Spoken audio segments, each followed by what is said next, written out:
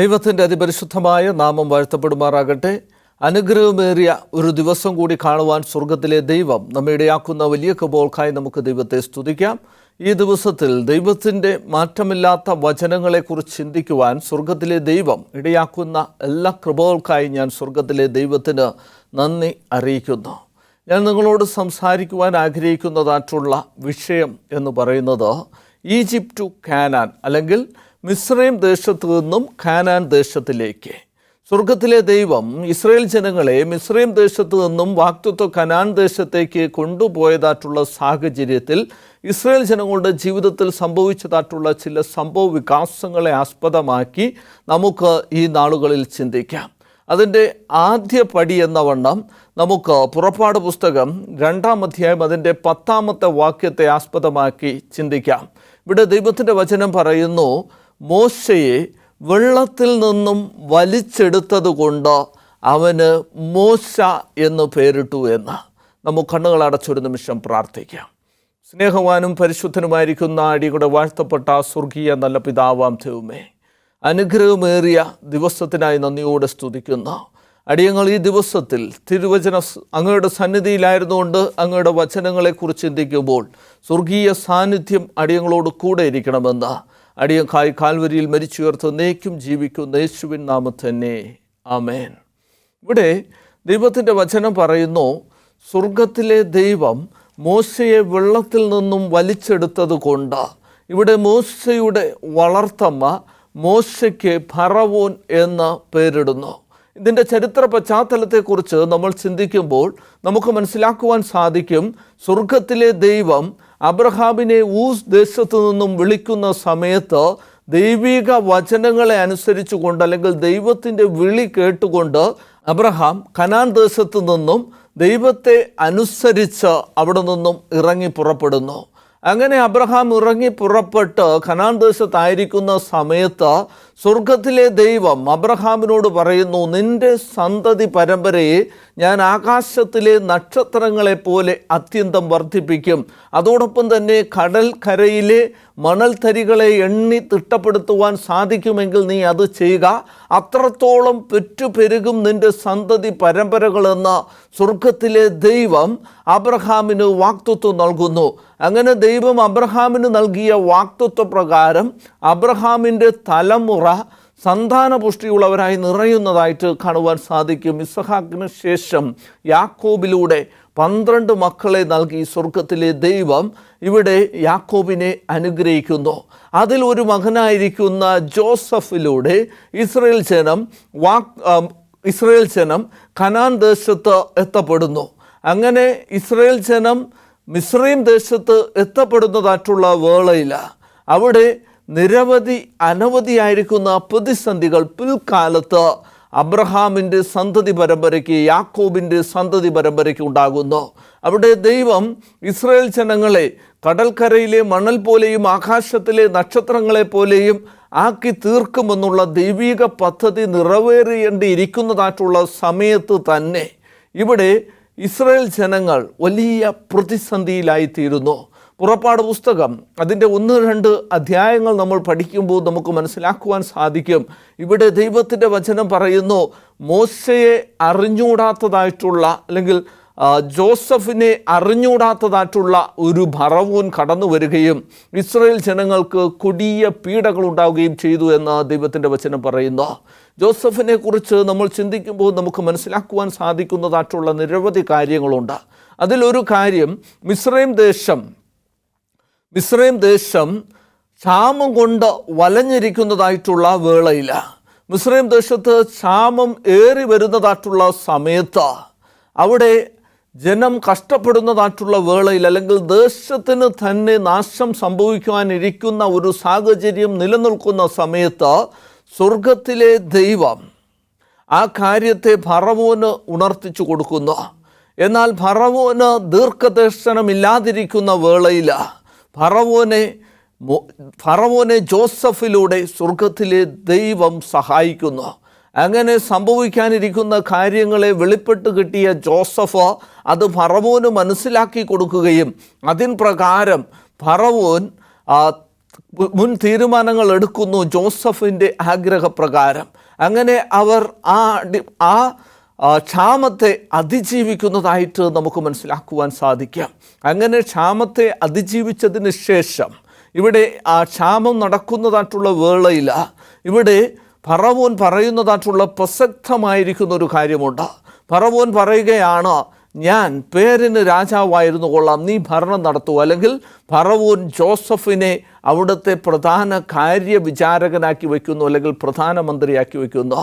അങ്ങനെ ജോസഫിൻ്റെ തന്ത്രപരമായിട്ടുള്ള ഇടപെടൽ കാരണം ഇസ്രായേൽ ജനങ്ങൾക്ക്, അല്ലെങ്കിൽ ജോസഫിൻ്റെ തന്ത്രപരമായിട്ടുള്ള ഇടപെടൽ കാരണം മിസ്രൈം ദേശം അവിടെ ക്ഷാമത്തെ അതിജീവിക്കുന്നതായിട്ട് നമുക്ക് മനസ്സിലാക്കുവാൻ സാധിക്കും.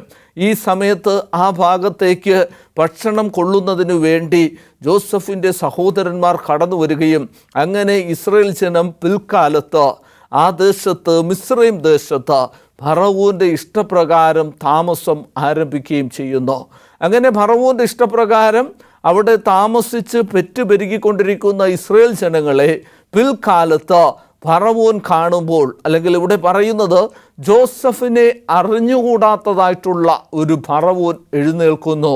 ആ സമയം മുതൽ ഇസ്രായേൽ ജനങ്ങൾക്ക് കൊടിയ പീഡകളുണ്ടാകുന്നു.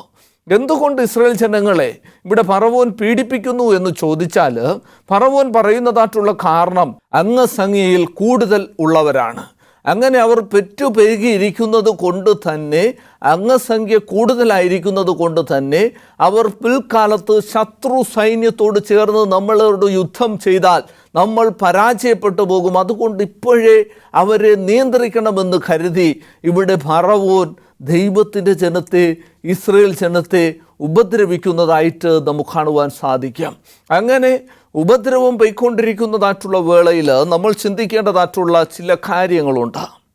ദൈവത്തെ അറിഞ്ഞൂടാത്തതായിട്ടുള്ള ഭരണാധികാരികൾ ദേശത്ത് കടന്നു വന്നാൽ ദൈവത്തിൻ്റെ ജനത്തിന് കൊടിയ പീഡകളുണ്ടാകും എന്നുള്ളതിന് യാതൊരു സംശയവുമില്ല. ചരിത്രത്തിലുടനീളം നമുക്കത് മനസ്സിലാക്കുവാൻ സാധിക്കും. നെബൂഖദ്നേസർ രാജാവിൻ്റെ സമയത്തും ഇതുപോലുള്ളതായിട്ടുള്ള പീഡകൾ ദൈവത്തിൻ്റെ ജനത്തിനുണ്ടായി. അതുപോലെ തിത്തോസ് ചക്രവർത്തിയുടെ ആദിമകാല സഭ നിലനിൽക്കുന്ന സമയത്ത് ഇതുപോലുള്ളതായിട്ടുള്ള പ്രതിസന്ധികൾ ദൈവത്തിൻ്റെ ജനത്തിന് ഉണ്ടാകുന്നതായിട്ട് നമുക്ക് കാണുവാൻ സാധിക്കാം. അതുകൊണ്ട് നാം മനസ്സിലാക്കേണ്ടതായിട്ടുള്ള ചില സത്യങ്ങൾ, നമ്മളായിരിക്കുന്ന ദേശത്ത് നമ്മളെ മനസ്സിലാക്കാത്തതായിട്ടുള്ള ഭരണാധികാരികൾ നിലനിൽക്കുമ്പോൾ നാം ഓർക്കണം, ഒരിക്കലും അത് സന്തുഷ്ടമായ ഒരു അനുഭവം നമ്മുടെ ജീവിതത്തിലേക്ക് കൊണ്ടുവരികയില്ല. കൊടിയ പീഡനങ്ങൾ നമ്മുടെ ജീവിതത്തിലേക്ക് കടന്നു വരുമെന്ന്. അതുകൊണ്ട് ഓരോ നിമിഷവും നാം ദൈവത്തിൽ ആശ്രയിച്ച്, ദൈവത്തിന് മുൻതൂക്കം നൽകി, ദൈവത്തോട് പ്രാർത്ഥിച്ച്, ദൈവിക വചനങ്ങളെക്കുറിച്ച് പഠിച്ച് നാം ഈ പ്രതിസന്ധികളെ തരണം ചെയ്യുവാൻ ശക്തിയുള്ളവരായിട്ട് പരിശുദ്ധാത്മാവിനാൽ അഭിഷേകം പ്രാപിച്ച് നാം മുന്നോട്ട് ജീവിക്കേണ്ടത് ഏറ്റവും അത്യന്താപേക്ഷിതമാണ്. ഇവിടെ ഫറവോനെ അറിഞ്ഞൂടാത്തതായിട്ടുള്ള ഇവിടെ ജോസഫിനെ അറിഞ്ഞൂടാത്തതായിട്ടുള്ള ഒരു ഭരണാധികാരി കടന്നു വരുമ്പോൾ, ഫറവോൻ കടന്നു വരുമ്പോൾ ഇസ്രായേൽ ജനങ്ങൾക്ക് പീഡനമുണ്ടാകുന്നു. ഈ ഫറവോൻ നൽകുന്നതായിട്ടുള്ള നിയമം ഇപ്രകാരമാണ്: ജനിക്കുന്നതായിട്ടുള്ള കുഞ്ഞുങ്ങളെ, ആൺകുഞ്ഞുങ്ങളെ കൊന്നൊടുക്കുന്നതിന് വേണ്ടി ഇവിടെ പൂവ എന്നും സിപ്ര എന്നും പേരുള്ള സൂതകർമ്മിണികളെ ആക്കുന്നു. അവർ പ്രസവ ശുശ്രൂഷ ചെയ്യുന്നതിന് വേണ്ടി ഇസ്രായേൽ സ്ത്രീകളുടെ അടുക്കലേക്ക് കടന്നു വരുമ്പോൾ, ജനിക്കുന്നത് ആൺകുഞ്ഞാണെങ്കിൽ ആ കുഞ്ഞിനെ കൊന്നുകളയണം, ജനിക്കുന്നത് പെൺകുഞ്ഞാണെങ്കിൽ ജീവനോടെ ശേഷിക്കാമെന്നുള്ള നിയമം നൽകുന്ന. ഇതിലൂടെ നമുക്ക് മനസ്സിലാക്കുവാൻ സാധിക്കുന്ന വലിയൊരു സത്യം, പിശാചിൻ്റെ വലിയൊരു തന്ത്രം ഇവിടെ നിലനിൽക്കുന്നതായിട്ട് കാണുവാൻ സാധിക്കാം. കർത്താവ് യേശുക്രിസ്തു ജനിക്കേണ്ടതായിട്ടുള്ള വംശാവലിയെ എങ്ങനെയും സ്റ്റോപ്പ് ചെയ്യണം, അല്ലെങ്കിൽ നശിപ്പിക്കണമെന്നുള്ള ചിന്തയോടുകൂടി ഇവിടെ പിശാച് ഫറവോന്മാരിലൂടെ ഇടപെടുന്നതായിട്ട് കാണുവാൻ സാധിക്കാം. എന്നാൽ ഇവിടെ പൂവയും ഷിപ്രയും ജനങ്ങളെ, അല്ലെങ്കിൽ ഇസ്രായേൽ ജനങ്ങളിൽ ജനിക്കുന്നതായിട്ടുള്ള ആൺകുഞ്ഞുങ്ങളെ ജീവനോടെ ശേഷിപ്പിച്ചുകൊണ്ട് അവർ ദൈവത്തെ ഭയപ്പെട്ടു എന്ന് തിരുവചനം പറയുന്നു. ഇത് കണ്ടതായിട്ടുള്ള ഫറവോൻ അവരോട് കോപിക്കുന്നു, അവരോട് ചോദിക്കുന്നു, നിങ്ങൾ എന്താണ് ഈ ചെയ്യുന്നത്? കുഞ്ഞുങ്ങളെ കൊന്നുകളയുവാൻ ഞാൻ നിങ്ങളോട് പറഞ്ഞതല്ലേ? അപ്പോൾ അവർ തിരിച്ച് രാജാവിനോട് പറയുകയാണ്, ഇസ്രായേലിലെ സ്ത്രീകൾ മിസ്രൈമിലെ സ്ത്രീകളെ പോലെയുള്ളവരല്ല, അവർ തിറമുള്ളവരാണ്. നമ്മൾ അവരുടെ അടുക്കൽ ചെല്ലുമ്പോൾ തന്നെ അവർ പ്രസവിച്ച് കഴിഞ്ഞിട്ടുണ്ടാകും എന്ന് ഇവിടെ അവർ പറയുന്നതായിട്ട് നമുക്ക് കാണുവാൻ സാധിക്കാം. അതിനർത്ഥം സ്വർഗത്തിലെ ദൈവം അവരുടെ മനസ്സിനെ ഉണർത്തിച്ചു. ഇതിലൂടെയാണ് വാക്തത്വ സന്തതി ഉണ്ടാകാനിരിക്കുന്നത്. അതുകൊണ്ട് ആൺകുഞ്ഞുങ്ങളെല്ലാം നശിച്ചു പോയാൽ എങ്ങനെ സന്തതി പരമ്പരയിൽ അല്ലെങ്കിൽ യഹൂദാ ഗോത്രത്തിൽ കർത്താവ് യേശു ക്രിസ്തു ഉടലെടുക്കും, അല്ലെങ്കിൽ യാക്കോബിൻ്റെ ചെങ്കോലായവൻ എങ്ങനെ ജനിക്കും എന്ന് നമ്മൾ ചിന്തിക്കേണ്ടത് ഏറ്റവും അത്യന്താപേക്ഷിതമാണ്. അതുകൊണ്ട് ഇവിടെ ഫറവോൻ എല്ലാ പുരുഷന്മാരെയും അല്ലെങ്കിൽ ആൺകുഞ്ഞുങ്ങളെയും കൊല്ലുവാനുള്ള നിയമം പുറപ്പെടുവിക്കുന്ന വേളയിൽ അവിടെ സ്വർഗത്തിലെ ദൈവം അവരിലൂടെ ഇടപെട്ട അതിനെ അസാധുവാക്കി കളയുന്നതായിട്ട് നമുക്ക് മനസ്സിലാക്കുവാൻ സാധിക്കാം. എന്നാൽ അതിൽ കോപാകുലനായിരിക്കുന്ന ഫറവോൻ മറ്റൊരാജ്ഞ പുറപ്പെടുവിക്കുന്ന ജനിക്കുന്ന ആൺകുഞ്ഞുങ്ങളെ കൊന്നൊടുക്കുക, അല്ലെങ്കിൽ ഈ പൂവയിലൂടെയും ക്ഷിപ്രയിലൂടെയും അല്ല, ആൺകുഞ്ഞ് ജനിക്കുകയാണ് എങ്കിൽ ആ മാതാവ് തന്നെ കുഞ്ഞിനെ നദിയിലേക്ക് എറിഞ്ഞു കൊല്ലണമെന്നുള്ള നിയമം പുറപ്പെടുവിക്കുന്ന. ചിന്തിച്ചു നോക്കുക, ലോകത്ത് നിലനിൽക്കുന്നതിൽ ഏറ്റവും കഠിനമേറിയ വേദന എന്ന് എല്ലാവരും പറയുന്ന ഒരു കാര്യം അത് പ്രസവ വേദനയാണ് എന്ന് രേഖപ്പെടുത്തുന്നു. അപ്രകാരത്തിൽ ഒരു കുഞ്ഞിന് ഒരു അമ്മ വളരെ വേദനയോടുകൂടെ സകല വേദനയും സഹിച്ച ജന്മം നൽകുന്നതായിട്ടുള്ള വേളയിൽ ആ കുഞ്ഞ് ആൺകുഞ്ഞാണ് എങ്കിൽ അതിലും 10 മടങ്ങ് മാനസിക വേദനയോടുകൂടെ ആ കുഞ്ഞിനെ നൈൽ നദിയിൽ എറിഞ്ഞു കൊല്ലണം എന്നുള്ള നിയമം നിലനിൽക്കുന്ന 10 മാസം ചുമന്ന് പ്രസവിക്കുന്ന കുഞ്ഞിനെ അമ്മ വളരെ വേദനയോടുകൂടെ നൈൽ നദിയിലേക്ക് എറിഞ്ഞു കൊല്ലുവാനുള്ള നിയമം നിലനിൽക്കുന്ന ആ സമയത്തൊക്കെയും ഈ അമ്മമാർ പ്രാർത്ഥിച്ചിട്ടുണ്ടാവാം, ദൈവമേ ജനിക്കുന്നത് പെൺകുഞ്ഞായിരിക്കണമേ എന്ന്. കാരണം ആൺകുഞ്ഞാണ് എങ്കിൽ അതിനെ കൊല്ലേണ്ടതിൻ്റെ ഉത്തരവാദിത്വവും ഈ മാതാപിതാക്കന്മാരിൽ നിക്ഷിപ്തമായിരിക്കുന്നു. ഇവിടെ ദൈവത്തിൻ്റെ വചനം പറയുന്നു, ഒരു ലേവ്യ പുരോഹിതൻ ഒരു ലേവ്യ സ്ത്രീയെ വിവാഹം കഴിച്ചു, അതിൽ ഒരു ആൺകുഞ്ഞ് ജനിക്കുന്നു. ഈ നിയമം നിലനിൽക്കുന്ന വേളയിൽ ആ ആൺകുഞ്ഞിനെ നദിയിലേക്ക് എറിഞ്ഞു കൊല്ലേണ്ടതായിട്ടുള്ള സാഹചര്യമുണ്ട്. എന്നാൽ ഇവിടെ ദൈവത്തിൻ്റെ വചനം പറയുന്നു, ആ ആൺകുഞ്ഞ് കാണുവാൻ സൗന്ദര്യമുള്ളവനെന്ന് കണ്ടിട്ട് ഈ മാതാപിതാക്കന്മാർ 3 മാസം ആ കുഞ്ഞിനെ ഒളിപ്പിച്ചു വയ്ക്കുന്നു. അതിനുശേഷം അവർക്കത് കഴിയുവാനില്ല, അല്ലെങ്കിൽ അത് കഴിയുകയില്ല എന്ന് ചിന്തിച്ചപ്പോൾ ഇനിയും ഒളിപ്പിച്ചു വയ്ക്കുക അസാധ്യമെന്ന് ചിന്തിച്ചുകൊണ്ട് ഒരു ഞാങ്ങണപ്പെട്ടകമുണ്ടാക്കി അതിൽ കീല് തേച്ച് ആ കുഞ്ഞിനെ ആ ഞാങ്ങണപ്പെട്ടകത്തിൽ കിടത്തി നൈൽ നദിയിലേക്ക് ഒഴുകി കളയുന്നു. അങ്ങനെ കുഞ്ഞ് നൈൽ നദിയിലൂടെ ഒഴുകിപ്പോയിക്കൊണ്ടിരിക്കുന്ന വേളയിൽ ആ കുഞ്ഞിൻ്റെ സഹോദരി മിരിയം ഈ കുഞ്ഞിനെന്താണ് സംഭവിക്കാൻ പോകുന്നത് എന്ന് മനസ്സിലാക്കുന്നതിന് വേണ്ടി ആ ഞാങ്ങണപ്പെട്ടകത്തിൻ്റെ പിന്നാലെ കരയിലൂടെ നടന്നു പോയിക്കൊണ്ടിരിക്കുന്നു. ഈ സമയത്ത് ഫറവോൻ്റെ പുത്രി തോഴികളും ഒന്നിച്ച് നദിയിൽ കുളിക്കുവാൻ വരുന്നു. അവർ ഈ കരയിലൂടെ സഞ്ചരിച്ചു കൊണ്ടിരിക്കുന്ന വേളയിൽ നടന്നുകൊണ്ടിരിക്കുന്ന സമയത്ത് ആ കുഞ്ഞ് പെട്ടകത്തിനുള്ളിലൂടെ ആ നൈൽ നദിയിൽ ഒഴുകുന്നതും ആ കുഞ്ഞ് കരയുന്നതുമായിട്ടുള്ള ശബ്ദം അവർ കേൾക്കുന്നു. അങ്ങനെ അവർ കുഞ്ഞിനെ പുറത്തെടുക്കുന്നു. ആ കുഞ്ഞിനെ അവർ നോക്കുമ്പോൾ കോമളത്വമുള്ളവനാണ് ആ കുഞ്ഞ് എന്ന് കാണുന്നു. ആ കുഞ്ഞിനെ അവർ പുറത്തെടുത്ത് ആ കുഞ്ഞിനോട് അലിവ് തോന്നി ആ കുഞ്ഞിനെ വളർത്തുവാനോ തോന്നുന്നു. ഈ സമയത്ത് ഫറവോൻ്റെ പുത്രിയുടെ അടുക്കലേക്ക് ഈ മോശയുടെ സഹോദരി മിരിയം കടന്നു വരികയും വളരെ തന്ത്രപരമായിട്ട് ഇടപെടുകയും ആ കുഞ്ഞിന് മുല കൊടുത്ത് വളർത്തുന്നതിന് വേണ്ടി ഒരമ്മയെ കൊണ്ടുവരട്ടെ എന്ന് ചോദിക്കുകയും ചെയ്യുന്ന.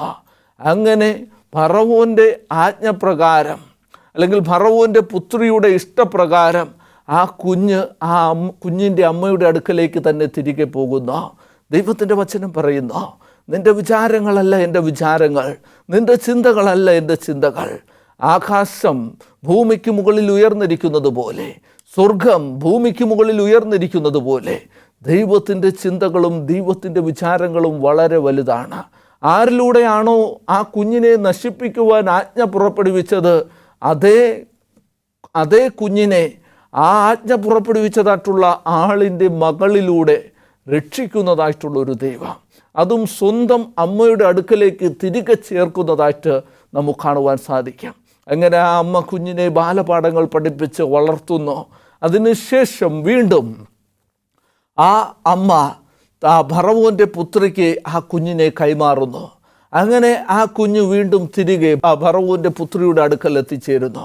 അങ്ങനെ കുഞ്ഞ് രാജകൊട്ടാരത്തിൽ വളരുന്നു. ഈ സമയത്താണ് ഫറവോൻ്റെ പുത്രി മോശയ്ക്ക് പേരിടുന്നത്, ഇവനെ വെള്ളത്തിൽ നിന്നും ഞാൻ വലിച്ചെടുത്തത് കൊണ്ട് ഇവന് മോശ എന്ന് പേർ വിളിക്കാം.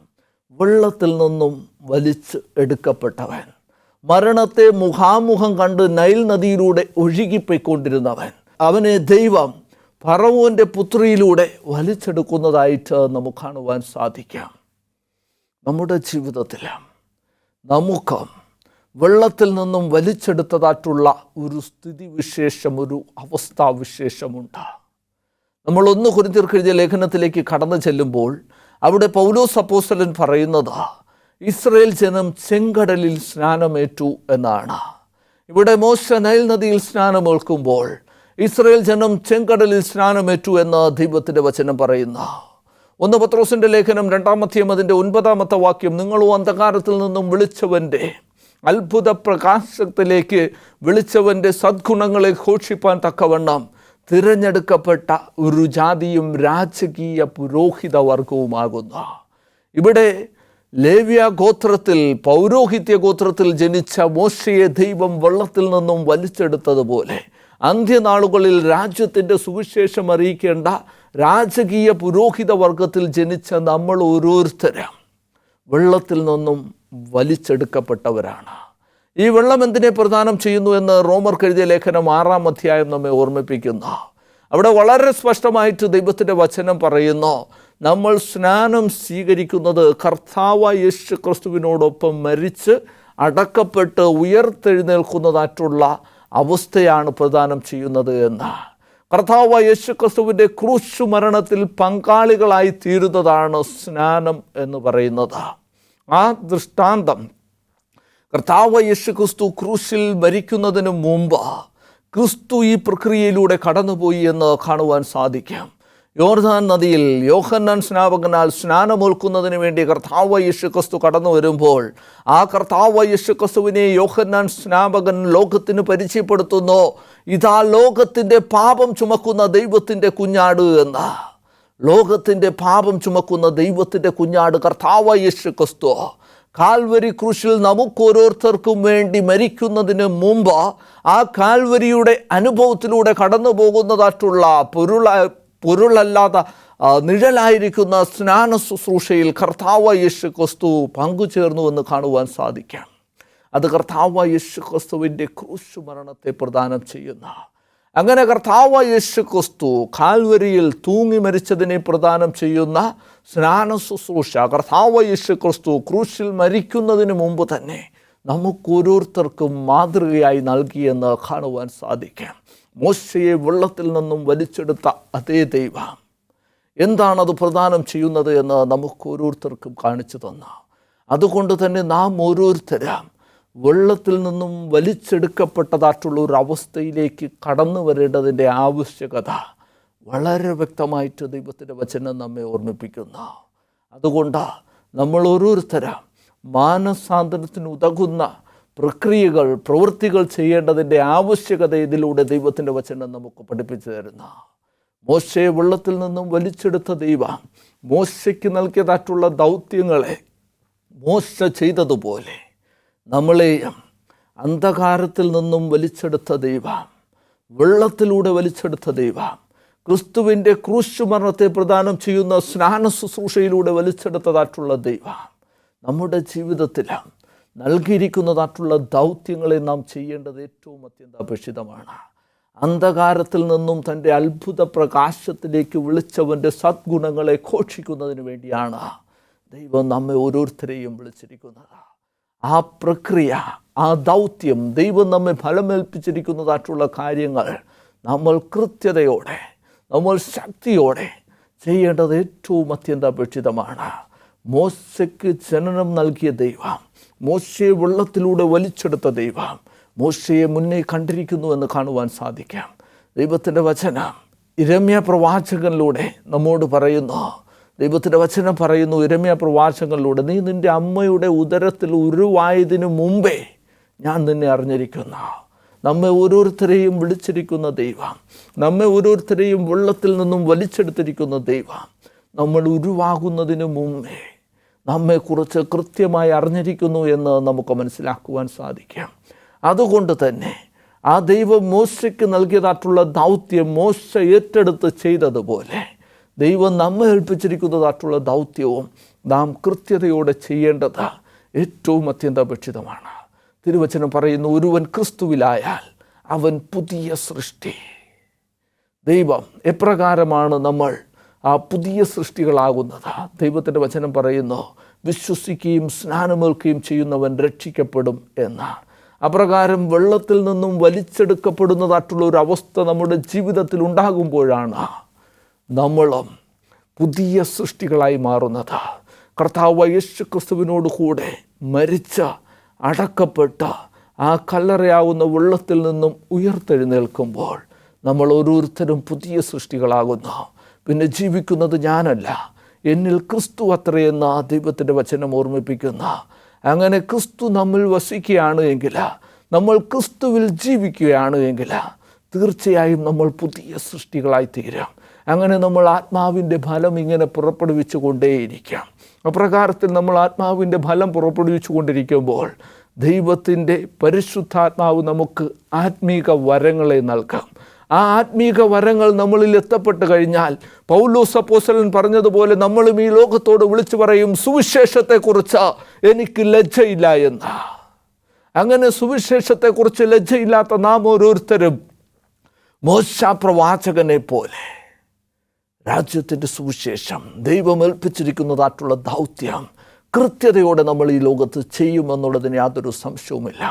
അതുകൊണ്ട് മോശയെ ദൈവം വെള്ളത്തിൽ നിന്നും വലിച്ചെടുത്തതായിട്ടുള്ള ആ സ്ഥിതിവിശേഷം കണ്ടുകൊണ്ട് നമ്മളെയും ദൈവം വെള്ളത്തിൽ നിന്നും വലിച്ചെടുത്തിരിക്കുന്നു, അന്ധകാരത്തിൽ നിന്നും വെള്ളത്തിലൂടെ ദൈവം നമ്മെ വലിച്ചെടുത്തിരിക്കുന്നു എന്ന യഥാർത്ഥ സത്യം മനസ്സിലാക്കി നമുക്ക് ആ ക്രിസ്തുവിൽ അഭയം പ്രാപിച്ച, ആ ക്രിസ്തുവിൽ ആശ്രയിച്ച, ആ ക്രിസ്തു നമ്മെ ഏൽപ്പിച്ചിരിക്കുന്നതായിട്ടുള്ള ദൗത്യം കൃത്യതയോടെ ചെയ്ത നമുക്ക് നമ്മുടെ ജീവിതങ്ങളെ മുന്നോട്ട് നയിക്കാം. അതിനായി ദൈവം നമ്മെ എല്ലാവരെയും അനുഗ്രഹിക്കട്ടെ എന്ന് പ്രാർത്ഥിക്കുന്നു.